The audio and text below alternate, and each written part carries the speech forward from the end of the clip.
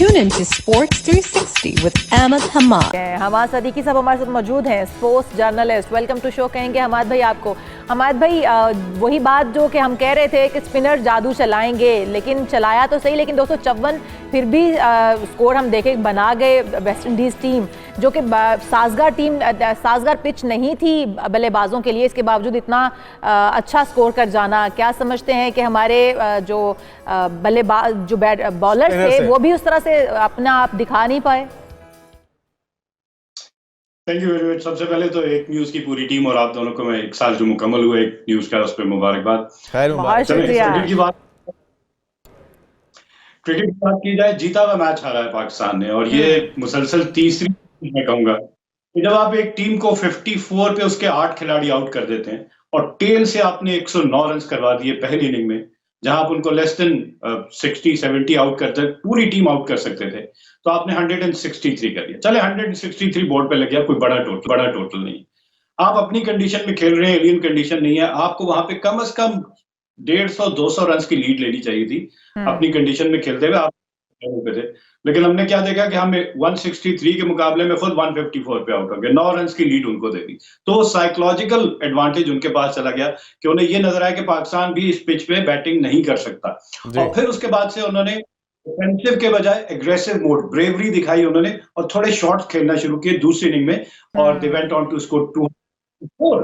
तो जब आप ब्रेव होंगे, आप जीतने के लिए खेलेंगे, तो फिर ऑब्वियसली रिजल्ट। लेकिन हमाद भाई, ये भी है कि क्या हम बहुत ओवर कॉन्फिडेंट थे कि हमारे स्पिनर्स जो है वो खेल पाएंगे, उनका जादू चल जाएगा और उनके बल्लेबाज परफॉर्म नहीं कर पाएंगे? क्या ये ओवर कॉन्फिडेंस हो सकता है? नहीं, ये हमारे बैट्समैनों ने डिसअपॉइंट किया। देखे ना, अब हमने देखा कि बाहर की पिचेस पे जाते हैं तो हमारे बैट्समैन स्ट्रगल करते हैं। अब आप अपनी कंडीशन में खेल रहे थे, जो आपकी टेक्निक डेवलप होती है डोमेस्टिक में, आप इन्हीं पिचेस पे खेलते हैं और इन्हीं पिचेस पे परफॉर्मेंस की बेस पर पाकिस्तान टीम में आते हैं, तो आपके लिए तो कोई एलियन कंडीशन नहीं थी, सिर्फ मेंटल टफनेस थी। पैनिक बटन जब जाता है, जब आपके 2 या 3 ऊपर के main batsman, Babar Azam again out of form, किस परफॉर्मेंस पे, वनडे की परफॉर्मेंस पे आप दोबारा उनको टेस्टिंग, तो हमारे यहाँ जो क्राइटेरिया बनाया जा रहा है वो नहीं समझ आ रहा। एक तो आखिर अभी हमाद भाई, क्राइटेरिया किसी को समझ नहीं आ रहा, और अगर हम होम ग्राउंड पे 34 साल के बाद वेस्टइंडीज ने कारनामा सर अंजाम दिया कि हमें होम ग्राउंड पे हराया है।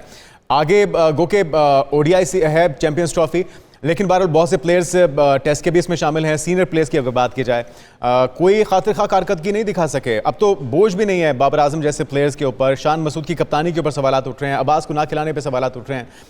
गो के स्पिनर्स की बात की जाए तो बहुत अच्छी बॉलिंग हुई है नोमान की तरफ से, साजिद की तरफ से, लेकिन हमारे स्पिनर से भी ज़्यादा जल्दी तो वेस्ट इंडीज़ के स्पिनर्स ने कर दिया आउट।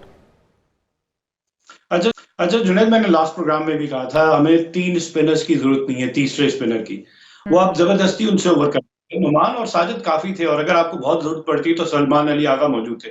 आपको यहाँ पे बैटिंग में एक बैट्समैन और डाल देते आप, और फास्ट बॉलर जो हमने खिलाया आप लेके जाते 9 बैट्समैन, जो आपने बमुश्किल 130 रन बनाए या पहली इनिंग में 150 रन बनाए, कम से कम आप 200 रन 250 रन बनाते। ये मैं कहता हूँ कैप्टन की कैलकुलेशन या मैनेजमेंट की वो हमें नहीं नजर आई कि आपको इस पिच पे किस तरह से दूसरी टीम को नीचे करना है। बड़ा रन बनाकर फिर शान मसूद की कैप्टनसी की आपने बात की, तो बड़ी पैथेटिक कैप्टनसी। 9 मैचेस पाकिस्तान खेले और उसमें अवे सीरीज तो हम सारी मैच हार गए, लेकिन पाकिस्तान के अंदर जो 7 मैचेस खेले गए, 7 में से 4 मैचेस हमारे। अब आप अपनी कंडीशन में 7 मैचेस हारेंगे, लेकिन तो साथियों के सवालों पर गुस्सा कर जाते हैं शान मसूद जब उनकी कप्तानी पे सवाल उठता है। तो बिल्कुल गुस्सा उनका, मैं कहूंगा कि जवाब नहीं है, उन्हें डिलीवर करना पड़ेगा। आप बांग्लादेश के खिलाफ 26 कर दिया आपने बांग्लादेश के, और फिर आप पाकिस्तान में 6 विकेटों से हार जाते हैं। साउथ अफ्रीका में आप 99 पे 8 आउट कर देते हैं, 150, आखिरी 2 विकेटों पे आप मजीद 50 रन कर देते हैं। तो कैप्टनसी हमारे अगर खिलाड़ी इसी तरह से खेलते रहेंगे, बाबर आजम की बात कर लेते हैं, एक बड़ा नाम, और रैंकिंग में अगर हम देखें तो हमेशा वो टॉप पर रहते हैं, नंबर 1 रहते हैं, लेकिन जब परफॉर्मेंस की बात आती है तो परफॉर्मेंस उनकी कहीं पर नजर ही नहीं आती है। मतलब बाबर आजम को अगर हम रेट करें तो हम सारे खिलाड़ियों, जो नए खिलाड़ियों से ज्यादा अच्छा शायद परफॉर्म कर रहे हैं। तो अगर यही हालात रहे तो फिर तो चैंपियंस ट्रॉफी का मजा भी किरकिरा होता हुआ नजर आ रहा है। क्या परफॉर्म कर पाएंगे ये तब? देखिए, जब आप एक इंडिविजुअल पे ओवर रिलायंस करते हैं फिर ऐसे ही होता है कि अगर वो चल गया तो चल गया, नहीं चला तो फिर आप पूरी टीम, आपके हर जो 6 बैट्समैन या 7 बैट्समैन खिलाते हैं, हर एक का अपना रोल है। ये नहीं कि बाबर आजम चलेगा तो हम करेंगे। और बाबर आजम अगर नहीं चल रहा तो यार एक दफा फैसला करें कि वो परफॉर्म करेगा तभी टीम में वापस आएगा। जरूर। हमने उसका नाम खिला दिया, तो नाम खिलाते रहेंगे तो ऐसी परफॉर्मेंसेज आती रहेगी। मैं सिर्फ बाबर आजम की बात नहीं कर रहा, बाकी rest of the batting apart from Rizwan और सऊद शकील बड़ी डिसअपॉइंटिंग हुई मुझे। और वो हुरैरा के साथ ज्यादती यही है कि ऐसी पिच पे उसको बैटिंग डेब्यू करवा दिया गया जिसमें दुनिया के बड़े से बड़े बैट्समैन आपको स्ट्रगल करते हुए नजर आए। मैं चाहूंगा कि अगर इस पे बैटिंग करके दिखाते, मेरा बिल्कुल मैं कहूंगा कि 100% वो इस पे बैटिंग कर सकते हैं। ग्रेट जावेद मियांदाद, मुदस्सर नजर, जहीर अब्बास, सलीम मलिक, यूनुस खान, इंजमाम, मोहम्मद यूसुफ, ये वो बैट्समैन हैं जिनकी टेक्निक को कहाँ स्वीप करना है, लेकिन ये सारे जो नाम थे अब ये माजी का किस्सा ही बन के रह गए हैं। जो मोहसिन नकवी साहब ने बात की थी कि जो परफॉर्म करेगा अब टीम में वही रहेगा। एक तो क्या अब जिन्होंने परफॉर्म नहीं किया वो टीम से बाहर होंगे, और फिर सवालात उठते हैं इस तरह की परफॉर्मेंस पे कि सिलेक्शन कमेटी ने क्या सोच के सारी सिलेक्शन की, जिन नामों को इग्नोर किया गया क्यों किया गया, और जिन नामों ने कंट्रीब्यूट करना था वो नहीं कर सके, तो अब क्या होगा उनका? जुनैद, इसके 3 जवाब हैं। एक तो मोहसिन नकवी साहब ये पहले 3 दफा स्टेटमेंट दे चुके हैं जो परफॉर्म करेगा वही खेलेगा, तो वो तो हमें नजर नहीं आया 3 सीरीज में। और जो मैंने इतने सारे नाम दिए उनकी सर्विसेज से अब आप फायदा उठा लें। रिटायर हो गए, उनके पास वो एक्सपीरियंस है, वो तजर्बा है कि इन पिचेस पे कैसे बैटिंग की जाती है, उनके एक्सपीरियंसेस का फायदा उठा लें। क्राइटेरिया की बात करते हैं कि डोमेस्टिक क्रिकेट को हमें रीस्ट्रक्चर करना पड़ेगा कि वहां पे ऐसी क्वालिटी क्रिकेट हो और प्लेयर ऐसे बनकर पाकिस्तान टीम में आए तो हमें मुश्किल ना हो, इवन अपनी कंडीशन में ना मुश्किल हो। हम फॉरेन टूर्स पे जाते हैं कि वहां पे आप पिचेस से यूज टू नहीं है, लेकिन आप अपने पिचेस पे जब इस तरह स्ट्रगल करेंगे तो कोई एक्सक्यूज बनता नहीं है। हमाद भाई, आपने कहा कि इन तमाम बड़े प्लेयर्स की खिदमात ले ली जाएं क्योंकि अब वो रिटायर हो चुके हैं, तो वो उनके तजर्बे से कोई फ़ायदा हासिल कर लिया जाए। हम मेंटोर्स रखते हैं, बड़े बड़े भारी बजट पर मेंटोर्स हायर किए जाते हैं, तो मेंटोर्स का काम क्या होता है ये भी बताइएगा। और फिर दूसरा, अगर हम पिचेस मुनासिब पिचेस ही नहीं बना पा रहे, हम देखते हैं कि हमारे एक्सपर्ट्स हम बाहर से बुलवाते हैं पिचेस बनाने के लिए, इसके बावजूद हम लोग साजगार पिचेस अपनी ही टीम के लिए नहीं बना पाते, वहां पर हम क्या गलती कर रहे हैं? एक और गलत थिंकिंग जो हमारे फॉर्मर प्लेयर्स की वो ये है कि वो ये चाहते हैं कि उन्हें नेशनल टीम में ही कोच बना दिया जाए।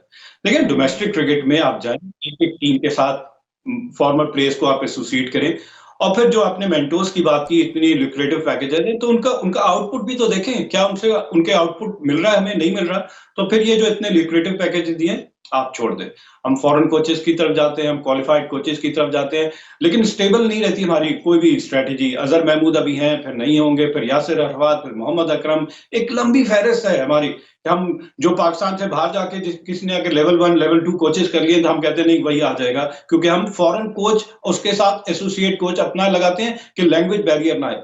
बहुत सारी चीजें हैं। मैं कहता हूं कि अभी भी ग्रेट जावेद मियांदाद से बड़ा ब्रेन कोई नहीं है क्रिकेट में। इवन विव रिचर्ड कह चुके हैं कि मेरी जगह अगर किसी को बैटिंग करनी है तो ग्रेट जावेद मियांदाद, मैं कहूंगा कि मेरी जगह बैटिंग कर लें। तो दुनिया जिसको मान रही है हम इंजमाम उल हक जैसा प्लेयर अगर को खेलना है और कब अटैक करना है, कब डिफेंस करना है। ये सारे जो बड़े नाम हैं हमाद भाई जिनका आप भी जिक्र कर रहे हैं, ये अपने वो क्वालिटीज आने वाले लड़कों में या जो आज टीम का हिस्सा है उनके अंदर तक क्यों नहीं डिलीवर कर सके, और इनको यूटिलाइज क्यों नहीं किया गया?